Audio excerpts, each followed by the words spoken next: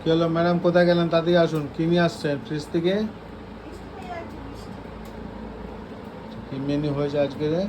আজকে আমি রাতে করেছি লুচি, ফুলকো ফুলকো লুচি আর কাবলি ছোলা, আলু পনির দিয়ে তরকারি।